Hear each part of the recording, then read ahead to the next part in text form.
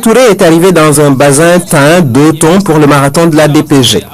Sobre dans sa mise, le Premier ministre ne semble guère porter sur le bling-bling et le clinquant.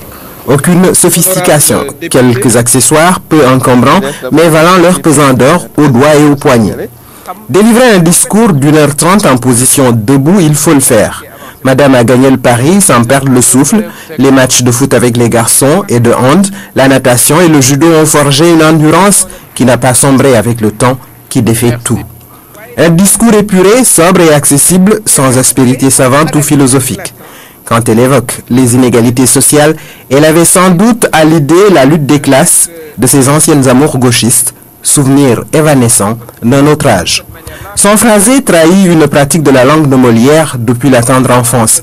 Ces R, un tantinet roulé, sont perceptibles et impossible de l'épingler sur la phonétique des che.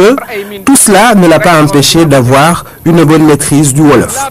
À la fin de son exposé, elle a fait preuve d'une sage concentration et d'une grande écoute des heures durant, attentive aux 1001 interrogations de l'hémicycle, prenant note avec un stylo des plus communs, sorti d'aucun écrin doré.